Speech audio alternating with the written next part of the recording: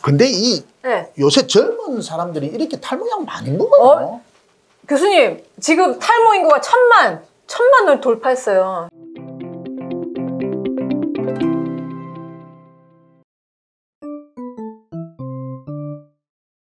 20대 후반 남성입니다. 탈모가 심해 4개월 전부터 경구용 탈모 치료제를 먹고 있어요. 그런데 이 약의 부작용 때문인지 성욕도 없고 발기도 시원치 않네요.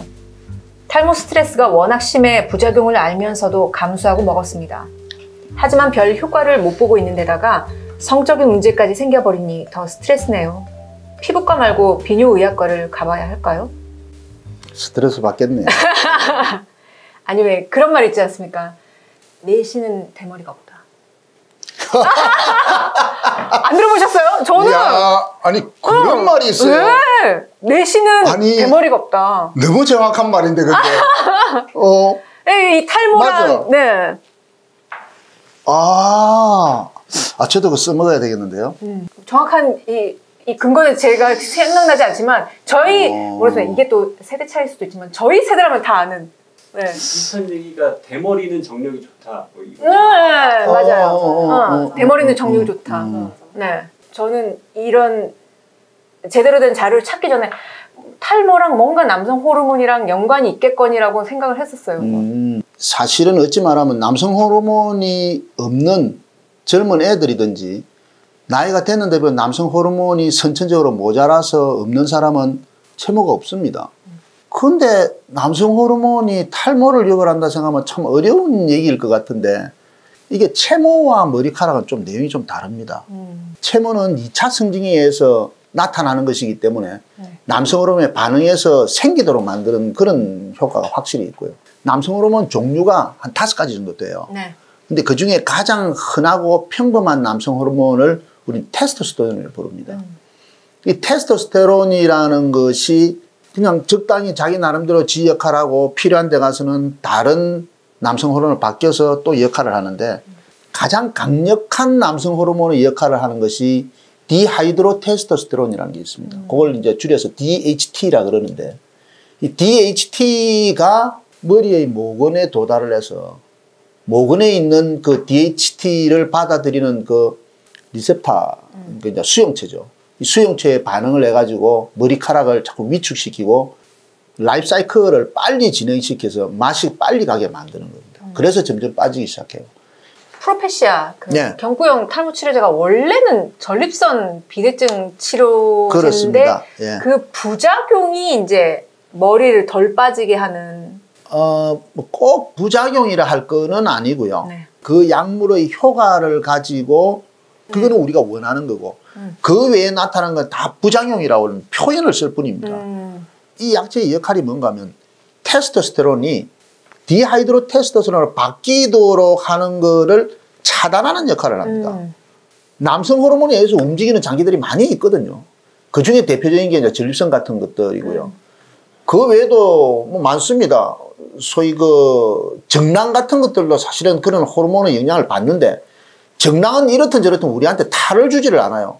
그러니까 우리가 관심을 안 가져서 그럴 뿐이고요. 전립선은 문제가 생기니까 우린 관심을 더 많이 가졌을 뿐인데 탈모도 그런 부분이 있었지만 그런 효과가 있는 줄은 생각을 못하고 뒤늦게 알게 된 입장이고요. 그래서 이제 그거를 우리가 부작용이라 불러서 그렇지 글쎄 뭐 머리카락이 너무 많이 나서 싫은 사람이 있지 않다면 좀 부작용이라는 표현은 좀 쓰고 싶지는 않아요. 원래 이 약물이 가지고 있는 효과인데 당시에는 몰랐던 거죠. 사례 같은 경우는 이제 성욕 감퇴, 발기부전, 성기능 감퇴가 오니까 네, 탈모 치료제와 발기부전 치료제를 동시에 먹어도 될까요? 라고 물어보셨거든요. 그거는 뭐 사실은 어려울 거는 없습니다. 예를 들면 병을 치료할 때의 기본 원칙이 내가 어떤 원하는 효과를 해서 A라는 약을 복용을 하는 겁니다. 복용을 해서 부작용이 생겨서 문제가 있어요. 문제가 있다고 한다면 첫 번째는 그 약을 제거하는 겁니다. 근데 제거하면 내가 원하는 효과를 얻을 수가 없죠. 그럼 약을 써야 될 상황이에요. 근데 그 부작용이 있어요. 그렇다면 그런 부작용이 없는 약을 대체해서 쓰면 되는 겁니다. 프로페시아라는 약물 외에 미녹시딜 계열의 약도 있습니다.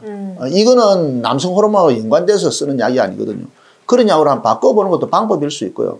아, 난 그거 썼는데 별 효과가 없더라. 그러면 어쩔 수 없죠.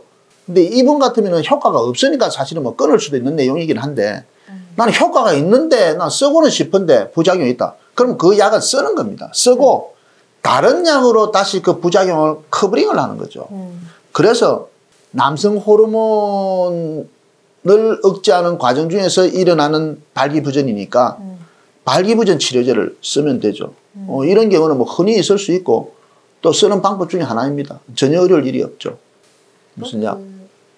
탈모 치료제하고 발기부전 치료제를 같이 먹기가 주저하는 이유 중 하나가 발기부전 치료제는 그 혈액순환을 조금 더 촉진시키는 그렇죠. 건데 그거를 발기부전 치료제 안에 남성 호르몬이 들어있어서 이게 또 탈모를 촉진한다라고 그거에 대한 오해가 조금 있는 분들도 있어서 그것 때문에 이 두 개를 같이 먹기 주저하는 거 아닌가라는 포인트가 있는 것 같더라고요.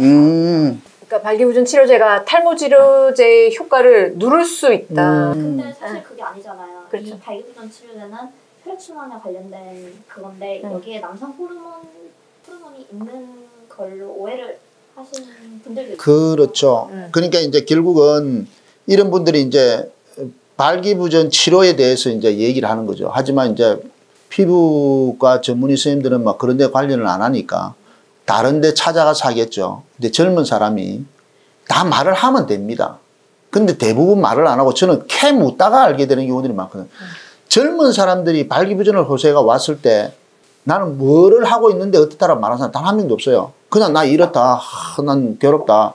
내가 이렇게 캐 묻고 전문적인 지식을 파고 들어서 찾아내는 거지만 사실 비비뇨기과 분들은 그런 까지 안 따지시죠. 젊은 사람이 성욕이 없고 발기도 잘 안 되고 정액량도 줄어들고 이런 상황 되면은 남성 호르몬을 쓸 가능성도 있습니다.